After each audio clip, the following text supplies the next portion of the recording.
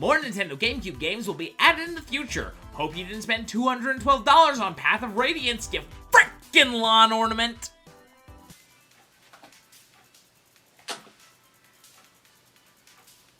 I don't think they need to have said that last part. Hello, YouTube! Today we'll be looking at Fire Emblem, Path of Radiance, the game that dares to ask the question, what if war? But everyone was hot, and your dad was like the coolest guy ever. This just sounds like Three Houses. Whatever, screw it, you know? It's turn-based trauma on the GameCube. Let's go! So we are Ike, and we're training with our father... Oh no. I think I've seen this film before, and I didn't like the ending. Okay, so they want us to use Boyd here to learn how to, issue attacks and whatnot. Oh, look at this shove option. Oh, I'm gonna take him over to Dad and Mist so that they can see him get killed up close and personal. Boyd, you're such a loser. Dang, Mist. Swords over axes. Got it. Just gotta remember that I am better than Boyd. Gee, Ike, you too? But I guess this does finally explain Ike's victory screen in Brawl. The winner is... I fight for my friends. Except Boyd, that frickin' lawn ornament. Alright, so we take out some bandits, but we learned that they also captured Mist and Boyd's little brother. You're right, and I'm sure that my brothers will be right there with him. Well, I mean Oscar, I mean. So the mission was going fine. I mean, we had a healer, but partway through they just dropped in tactical nuke Titania. And the mission after that was just dispatching pirates. There's not much to say here, except we did save a Pegasus Knight named, America. Tim, they've got your wife, but I'm not married! You are now to America. Alright, so we got a Fire Emblem game. After we take out bandits, it's time for a huge war. We're fighting soldiers now. And to make sure that we hate these guys, they just start attacking us for no reason. After we take them out, we find and rescue the princess. Oh, okay. Now, they've got a good reason to want to kill us. And they're gonna do this on a level. All we gotta do is hold out for 6 turns. I mean, we ended up pushing into them and eliminating them all in 6 turns, but this game actually ended up doing something really terrible on this level. Now, what grave sin did it commit? Well, it made me really mad at my beloved awakening. So, this game has ambush spawns. They come in at the end of the turn, and then they sit there. That means that in 2005, Intelligent Systems actually figured this bullcrap out. That means that in Awakening, my biggest problem, the moving ambush spawns. This is a feature that they already knew that they shouldn't do! Next level, not too noteworthy, except that I got Mia. And because my sibling bought me this signed print of Mia, I put entirely too much EXP and good weapons into her. Sneaking up behind me like that. You're a crafty one. But after the level, my dad goes out to fight the Black Knight. Grail, you dare face me with that? Come now, you know the weapon triangle. Here, use a sword instead. Nah, I get +5 with axes.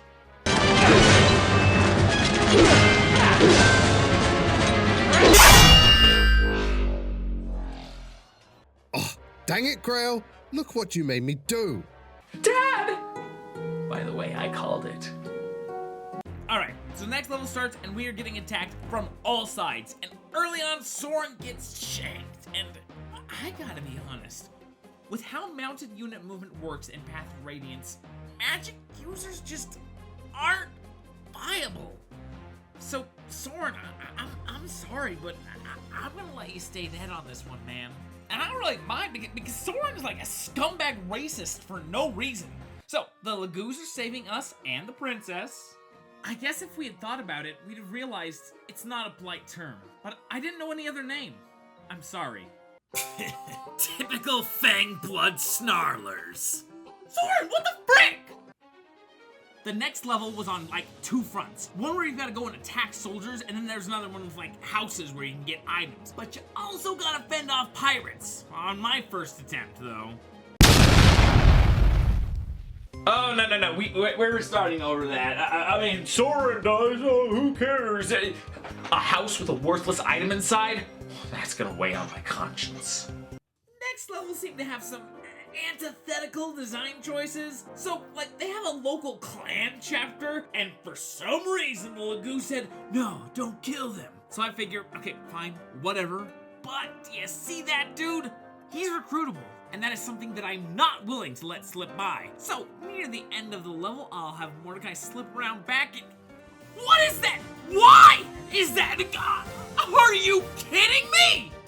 So I do this level again, but this time I keep in mind they ambush spawn the murder refrigerator from hell, and we hire Zeark, who is in eyesight of the racists. So they attack him and they immediately all die. Next level was embarrassingly easy. They had 7 units, I think. I mean, there was a Wyvern Rider from the enemy army that joined us for no other reason than the fact that Ike is a total chick magnet. But yeah, 7 units took over an hour. I mean, a decent amount of that stuff was like outside of battle stuff, but you know what? I figure here is actually a good place to talk about the outside of battle stuff. So in each battle you get this menu. Oh, look at it. It's beautiful, isn't it? I ended up spending about 20 minutes on average between each level here. We got the support conversations. Yes, Titania and Miss doing laundry on a pirate ship. Well, we did it, fellas. We passed the Bechtel test. But they got this little info tag, which is kind of neat. They got a bunch of random conversations that don't fit neatly into the storyline here. Sometimes you'll talk to like a guy, you know, a little bit of world building in there. Like the brothers might be working on like a special attack, or you can get an item. But I like conversations with this guy. So he's playing like a war game with his brother, and he asks how he'd handle the situation, which Ike answers, but it subtly gives you strategy for the next level. Ike, how do you win a battle on a pirate ship level? I don't know, man. Use the gangplanks. But the biggest thing you'll be doing here is outfitting your soldier. It's a little clunky compared to previous games, but you'll figure it out. A big thing is that hand axes and javelins are a renewable resource, but they make up for it for being about as accurate as my XCOM character. But one thing that you gotta do is upgrade a weapon. You only get 1 each time you visit this screen. So, choose a weapon, flip the damage all the way up. If it's a throwing weapon, maybe toss a point or 2 into the accuracy, make it fluorescent pink, and then give it a cute name. The final thing you can do here is bonus EXP. If you do stuff like, oh, I don't know, not kill them good old boys, you'll be given some EXP that you can use to supercharge your units. It can be a little OP though. I use this to make Mia a one-man apocalypse. Seriously, if we needed to attack 2 fronts, I would send the army up one way and then send Mia the other. They could not hit her. And even if they ever did manage to land a blow, they'd quickly find out that that cheap POW of hers is made out of Kevlar. But yeah, TLDR, use this menu to read support combos, regular combos, restock on ammo that can't hit the broadside of a barb, give one guy an illegally modified bump stock, and turn Mia into a Super Saiyan. So as mentioned, Gangplank level. This is also a chance to get Gatry back. Oh yeah, I forgot to mention that like 2 of Grell's mercenaries rage quit when Ike got put in charge. And you can get Gatry back here, kind of. The thing is, you gotta talk to Astrid turn 1, because she will die on turn 1. And Ike needs to be the one to talk to her, but she's like out of Ike's range. So what do you do? Well, everybody has this skill called push, and I think it has something to do with weight, because not everybody can push everybody. But what you gotta do is get enough people to shove Ike around until he can get to Astrid on turn 1. After that, you can recruit Gatry and then make like Sonic the Hedgehog and take out everyone on board. Next level, I don't even remember the context. I just remember that Marika has been looking for her brother this whole time. What? You? Could it be? Huh? I don't believe it. Is that you, Malachi? Wait, no, why are you attacking them? Wait, no, stop! Next level is the desert level, where you can dig up boots, skills, and like an actual dude. Sup? My name's Stefan. I got Lynn's sword. After that mission, we went to Serena's forest. Oh, good. I can actually double check if Mia actually has plot armor, if I'm just hallucinating her dodge stats. 4 hours. This next Naga Forsaken level takes 4 hours. Okay, so like the storyline is this dude Oliver bought the Prince of the Bird People because he's just so gosh dang pretty. And I guess Intelligent Systems just wanted to try all of their gameplay modes. Rout all enemies, get to the end of the level. There was one where it was like survive for 10 turns, and in that time I just eliminated everyone. When it transferred to the next part, Oliver just shoved his way past one of our units. Malcolm, hit him! Oh, you let him get away, you frickin' lawn ornament! The cool thing is, like, between each level, they let you reinforce with a unit or two. The final phase, I just had the new units bring extra weapons because I've been hacking away at Oliver's men for over 3 hours! But with the new weapons in hand and another hour, we finally get to take down the gay furry human trafficker. I am only 2 of those things! From this point on, the game gets extremely easy. Like, seriously, no one can hit my guys. Even if they do, it's only like 6 damage. And on this level, there's another one of Grell's traitors. It's a little upsetting that his recruitment requirements are to defeat him with Ike, because I have no problem with leaving his freshly eviscerated corpse here in the snow. Also, after the mission, we were given 70,000 gold! Look, I'm no game designer, but this is your last payday for the rest of the game. And I mean, 70,000 should last you for the rest of the game, but like, why do they give you such an absurd amount? I think I would prefer getting periodic payments throughout the rest of the game, but yeah, that's just me. Next level, a mage tries to join us, but I remembered what happened to Soren, so I just sent her on her way. Okay, we beat another level or 2, and we even get a Dayan soldier to defect and join us. Yes! A dude with a mustache! I mean, it is a Chester A. Arthur one, but hey, I'll take it. He even committed a war crime by killing a fleeing soldier. Oh, hey, crazy thing! I knew his dad! Think you can escape? Okay, so this next level was kind of cool. So it had some mercenaries that were using priests as shields, and you just have to use that shove option that everyone has. It should be easy enough to not kill any of these. Hey, Toonami, what are you doing? That's it. Dude, you can attack from 2 spaces away. Why did you do that? Okay, so we go to the next level, and they're still handing out brand new characters like they're candy. We get another defector, this absolute babe, and another mustache bro. He's got an actual mustache. He speaks like Veganese, and he's blonde. He's just like me for real. Okay, next cutscene, they show us the King of Dayan talking to the Black Knight. The prodigal son prodigal son! Yo, not only does the Bible exist in the Fire Emblem universe, but you're telling me that Ashnard, the Mad King, Dragon Rider, Chaos Enthusiast, reads the Bible? This man has unironically sat down with the New Testament. Meanwhile, Ike's over here cutting down priests. You know, I ain't heard him reference Moses once. Thou shalt not kill? Nah, man. Thou shalt kill. A lot. The next stage was annoying just because of all the traps. At least the unused rocks could be deployed by us. Not that I really know the rocks' trajectories. But at the end of the level, we get saved by the Bird King. Okay, so the next moment of any note is really, really dumb. So after a level, you are immediately thrust into a battle with the Black Knight. You have 5 turns to kill him. Thing is, he massively outdamages you, so you need Mist to patch up your wounds. And on turn 3, these dudes come out and the Black Knight says, "Do not interfere with Ike." And they're all, I guess we can kill the girl then. So I need to break rank to save her, but after turn 5, the battle just ends.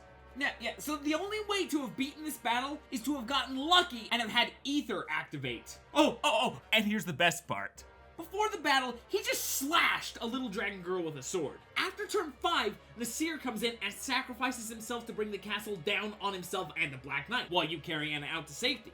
If I had gotten that lucky strike, my reward is that the character that looks like an innocent little girl dies, while the traitorous snake would have gotten to live. There is no skill in this. Okay, so technically Aether does activate based on Ike's skill stat, but still, this is incredibly dumb. You have 5 turns to pray to the RNG gods. Your last save was well over an hour ago. So welcome to General Gotcha's Fortress of Pain. 3 pulls on the murder roulette and 1 shattered soul. Also, I didn't get Nasir, but like, Enna actually seems pretty important in the last chapter. Anyway, I get Enna. This is going to be really fun. I even have this cool trinket to let her stay in dragon form for all game. Oh, okay, so beast transformation works kind of weird in this game. What you need to know is... This video is getting a little long already. What you need to know is it doesn't really matter. Just know that being able to stay in beast form is huge. So I spent over 20 minutes looking for the freaking thing until I remembered that I gave it to Alicia, just in case Enna got deployed. For this level, and this level alone, Alicia stayed back at the capital or something and took the freaking beast bracelet with her! Whatever, we've got the super mustache bros. And now for the final map. It is a long one. And I was actually able to use Enna's permanent dragon form to murk some dudes. You also got to call in a bird ally. I chose the crow guy, because he's a scumbag and I would not mind if he got murdered. But we fought our way through to the Bible Scholar of Dayan and smacked him down and... Oh no. I played this on normal? Which would explain why no one could do more than 3 damage to us, but oh no. What does easy look like? And the battle ends here. And maybe it's for the better. I had Scott beat this game for me first, and by beat, I mean that he made it to this battle and couldn't beat Ashnard's second form without Ike dying. I mean, it took me 40 minutes to beat him with an infinite health cheat. This is my biggest problem with Fire Emblem bosses. It's just 2 squares, and the only way that they can make it hard is to say, yeah, this square has really big numbers. Same with the Murder Fridge pit boss over there. No skill, just numbers. And I don't even have a solution to suggest. I mean, I love this series, but like, 40 minutes! Infinite health! Okay, so we kill his first phase and the battle ends. And it turns out that Ashnard's Wyvern is like Enna's boyfriend? I think if Enna was nearby, it made Ashnard marginally possible to hurt him, but what if I had Nasir? Does he also have the ability to seduce Rajan? So that's Fire Emblem, Path of Radiance. I sold my kidney to play this game. And if you've got a Nintendo Switch, you can also play this game. But what about the sequel? I mean, I've got 2 kidneys. Oh, that's cool. I'll be able to play it during dialysis. Also, you know I gotta shout out my Patreon supporters. This video took a long time. And thanks to you guys, I actually get to keep my kidneys. Wolfster25, Alpha, Matthew Mellison, Gaia Aranos, Brandon Martin, Alia, Brad DeMille, Zero Base Soul, and Malachi.